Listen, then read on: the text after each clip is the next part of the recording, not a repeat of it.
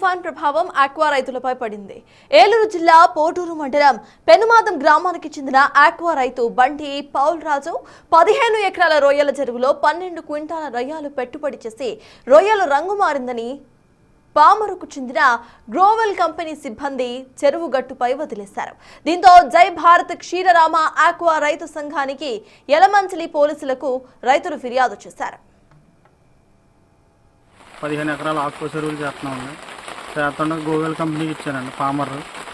అది లాగారండి ట్యాంక్ ఒకటి. లాగిన తర్వాత వైబ్రో తగిలిందని వదిలేసి వెళ్ళిపోయారండి. వదిలేసి అలా అడ్రస్ లేరండి. సరుకు అలా వదిలేసి వెళ్ళిపోయాను. గేటరు సంబంధం లేదు మాకు వెళ్దాన్ని. సరుకు కట్టుకుని అలా చూస్తున్నామండి మేము. తుఫాన్ ఏమో చాలా అసలు అల్లకొల్లంగా ఉన్నదండి. వాళ్ళు ఏం చేయాలో తెలుస్తలేదండి మాకు. సరుకు వందకో ఉంటుంది. మొత్తం నాశనం అయిపోయిందండి చెరువులన్నీ. సగం లాగా వదిలేసి వెళ్ళిపోయారండి. ఈ వర్షానికంటే తేడా వచ్చినాయండి. తేడా వస్తే ఇంకా పట్టేద్దామని మేము నిర్ణయించి ఒక ట్యాంక్ పట్టామని ఇంకా 2 ట్యాంకులు బాగున్నాయి కూడా తీసేద్దామని మేము నిర్ణయించుకుంటే ఇలా జరిగిందండి.